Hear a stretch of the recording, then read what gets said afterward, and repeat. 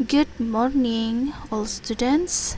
Welcome to our first English class of grade 9 with Miss Tia. Jadi selamat datang di pertemuan pertama bahasa Inggris dengan Miss Tia hari ini. Before we start our study, sebelum kita mulai pertemuan belajar kita, Miss Tia ingatkan untuk menyiapkan buku cetak atau buku tulis beserta alat tulisnya, sehingga selama pertemuan kita atau selama materi ini kalian bisa mencatat yang kalian ingin tanyakan ataupun yang kurang dipahami, bisa nanti tanya ke Miss Tia. Ya, kita akan masuk ke pembahasan pertama di halaman 1 dengan judul Congratulations. Pada bab ini kita akan banyak berbicara tentang congratulations. Kata congratulations sendiri pasti tidak asing ya bagi kita semua. We usually say congratulations when someone is happy and success. Ketika seseorang berbahagia dan telah mencapai sesuatu kesuksesan, kata congratulations sering kita ucapkan. Nah, apa itu congratulations? Sesuai dengan penggunaannya tadi, congratulations memiliki arti sebagai ungkapan yang digunakan untuk memberikan selamat kepada seseorang yang telah berhasil dalam melakukan sesuatu hal. Pada bab ini kita akan belajar tentang bagaimana cara mengekspresikan atau menyampaikan sebuah harapan maupun sebuah permohonan. Dalam kesempatan pertama pertemuan kita, Miss Tia di sini akan lebih banyak berfokus tentang hope atau harapan. Dan jangan lupakan 3 kata kunci kita hari ini, yaitu hope, wish, dan congratulations. Well students, now please open your book on page 3. Kita akan masuk ke pembahasan pertama, our first discussions, tentang expressing hope atau cara mengekspresikan sebuah harapan. Di sini terdapat 4 poin utama cara menggunakan kata hope. Yang pertama di sini ada hope is a feeling of expectation and desire for certain things to happen. Jadi hope atau harapan itu merupakan sebuah dambaan dan keinginan terkait hal-hal tertentu yang ingin kita gapai, yang ingin terjadi dalam hidup kita. Poin kedua, hope is used to talking about the possible situations that we want, atau yang artinya harapan itu biasanya digunakan dalam hal untuk menyatakan tentang situasi yang memiliki kemungkinan dan yang kita inginkan. Poin ketiga, hope is used for things that have a real possibility of happening. Atau kata hope atau harapan itu digunakan untuk hal-hal yang memiliki kepastian untuk terjadi. Poin keempat, hope is also used to show future desires that you want and will do it. Atau kata hope, harapan, biasanya juga digunakan untuk menunjukkan keinginan di masa depan dan yang ingin kita raih, tidak hanya berharap tetapi juga kita lakukan dan bekerja keras untuk menggapainya. Baik, sekarang kita akan melihat beberapa contoh penggunaan kata hope di sini ya. Ada sekitar 13 contoh expression of hope. Perhatikan tabel di halaman 3 itu. Nah, di sini ada kalimat pertama yaitu I hope you win the first prize. Aku berharap kamu memenangkan hadiah utamanya. Hopefully you will be accepted at the favorite school next year. Aku berharap kamu bisa diterima di sekolah unggulan itu tahun depan atau tahun selanjutnya. I hope you can finish the test on time. Aku berharap kamu bisa menyelesaikan tes itu, ujian itu pada tepat waktu, dan seterusnya. Di sini kata hope biasanya ditaruh setelah subjek. Nah, semua contoh expression of hope ini bisa kita respon dengan cara yang baik juga. Di sini ada thank you. Ketika seseorang menyampaikan harapannya kepada kita, kita bisa membalasnya dengan respon thank you atau thanks a lot, atau juga thank you for your hope. Terima kasih untuk harapanmu. That's a good idea. Ataupun God bless us. Tuhan memberkati kita. Ya, perlu diingat kembali bahwa kata hope itu mencerminkan sesuatu yang baik. Maka dari itu harus direspon juga dengan cara yang baik. Ya, baik, selanjutnya di sini kita akan melihat grammar in focus atau tatanan bahasa, bagaimana cara kita merangkai kalimat yang berkaitan tentang hope. Ya, jadi di sini ada beberapa aturan ketika kita ingin menyatakan sebuah harapan dalam bahasa Inggris. Baik, jadi yang pertama di sini ada contoh penulisan kalimat dalam menyampaikan hope, yaitu terdiri dari subjek plus hope plus simple present tense. Nah, mesti ingatkan kembali subjek ini terdiri dari I, you, we, they, she, he, dan it. Nah, diutarakan harapan itu ingin kita utarakan kepada siapa, jangan lupakan itu. Kemudian ada hope dan simple present tense. Nah, di samping ini ada contohnya langsung ya.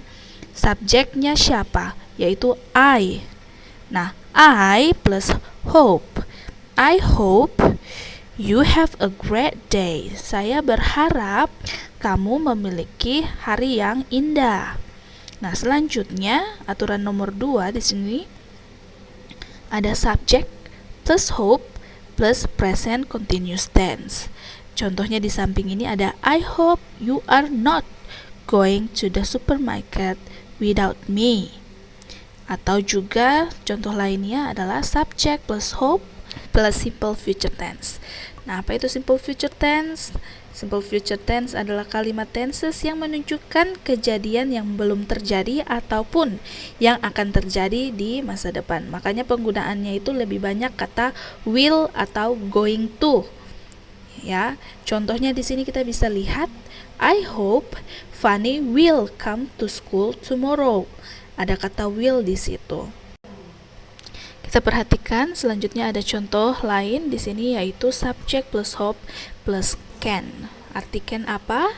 Yaitu dapat atau bisa.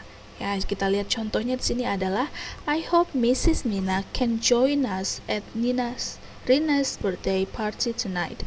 Saya berharap Mrs. Nina bisa bergabung di ulang tahun Rina malam hari ini. Jadi di sini ada kata can yang artinya kita berharap supaya bisa terjadi. Nah, pada bagian selanjutnya di sini ada subject plus hope plus to infinitive. Apa itu infinitive? Dia memiliki makna yang sama dengan can yang sebelumnya ya. Nah, di sini contohnya I hope to see you again. Saya berharap bisa bertemu dengan kamu lagi. Memiliki makna juga yang sama dengan I hope I can see you again. Nah, kenapa bisa sama, Miss? Padahal kalimatnya berbeda. Coba perhatikan kata to di situ. Di kalimat pertama ya, I hope to see you again. Nah, to di sini memiliki makna dapat atau sekiranya memungkinkan, seperti itu. I hope to see you again sama dengan I hope I can see you again. Ya.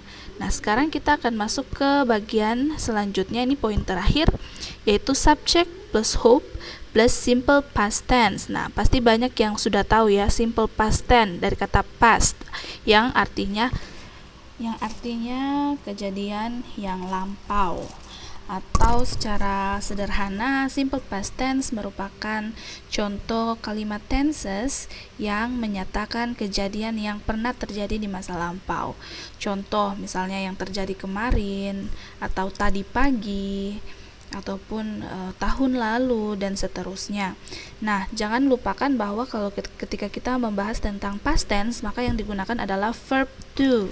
Nah, mari kita lihat contoh kalimatnya di sini yang menunjukkan bahwa ini telah terjadi di masa lampau, yaitu I hope she passed the exam. Nah, di situ ada passed atau past dari kata dasarnya past dan ditambah ed sebagai bentuk telah terjadi di masa lampau, ya. Atau di contoh keduanya I hope-nya pakai d di belakang, ya. I hoped you would pass the exam. Nah, kalimat ini juga menunjukkan sebuah andai, seandainya hal itu terjadi di masa lampau, tetapi pada kenyataannya sekarang tidak seperti itu. Nah, terkait dengan simple past tense di sini, Miss Tia mau kasih satu contoh sederhana lagi supaya kita pahami. Nah, contohnya Miss Tia membuat sebuah kesalahan terhadap seseorang. Kemudian Miss Tia saat itu berharap agar seseorang ini bisa memaafkan Miss Tia. Miss Tia akan menggunakan kalimat seperti ini. I hope she would forgive me. Saya berharap dia bisa memaafkan saya. Nah, beberapa poin di bawah juga ada Miss Tia tuliskan ini berkaitan dengan aturan mainnya ketika kita ingin menggunakan kata hope. Yang pertama, we usually need to use that in expressing hope. Kita bisa menggunakan kata that untuk mengekspresikan atau menjambungkan kalimat menggunakan hope. Contoh, I hope that he passed the exam. Saya berharap bahwa dia bisa menyelesaikan ujiannya. Kata that di sini sebagai kata penyambung, ya. Selanjutnya, we can also use two short answers. Kita juga bisa menggunakan kalimat sederhana, ya. Contohnya di sini I hope so dan I hope not. Nah, ini adalah sebuah bentuk kalimat Contohnya, yang I hope menyatakan Rina can persetujuan come to dengan school kalimat today. orang lain. Nah, Contoh, ketika kita setuju dengan pernyataan tersebut, kita bisa menggunakan I hope so sebagai respon mengiyakan kalimat itu. Nah, kalau kita setuju dengan perkataan teman kita, kita bisa gunakan I hope so. Saya berharap demikian juga, ya. Selanjutnya, penggunaan kata hope tidak boleh dalam bentuk negatif. Contohnya, I don't hope, seperti itu. Nah, kenapa? Karena dari tadi awal Miss Dia sudah sampaikan juga bahwa hope atau harapan itu merupakan sebuah hal yang baik, seperti itu. Sesuatu yang kita harapkan, kita dambakan, maka akan lebih baik juga apabila penggunaan kalimatnya secara baik dan positif, ya. Baik, sekarang kita akan lihat contoh percakapan antara dua orang. Di sini ada percakapan 1 dan 2. Kalian boleh mengklik link yang Miss Tia sudah kasih di sini, ada bit.ly/3hupcbr. Silakan masukkan di pencarian. Kemudian dari website ini nanti akan ada suara yang kalian bisa dengarkan tentang percakapan kedua orang. Nah, kalian tuliskan hasil yang kalian dengar di buku kalian dan harap untuk difotokan ke Miss Tia, nanti kirim ke Miss Tia bersama dengan yang dialog 2 ini juga, ya. Yang kosongnya diisi. Silakan masuk ke link yang telah Miss Tia kasih di sini. Akhirnya, ini adalah tugas akhir pada pertemuan kali ini. Buatlah 10 contoh kalimat dengan menggunakan kata hope sesuai dengan tatanan bahasa atau rumus-rumus yang tadi Miss Tia sudah sampaikan di slide ketiga. Boleh dikerjakan di buku kalian dan nanti akan dikirimkan melalui WhatsApp Miss Tia, ya. Ini ada nomornya Miss Tia di sini.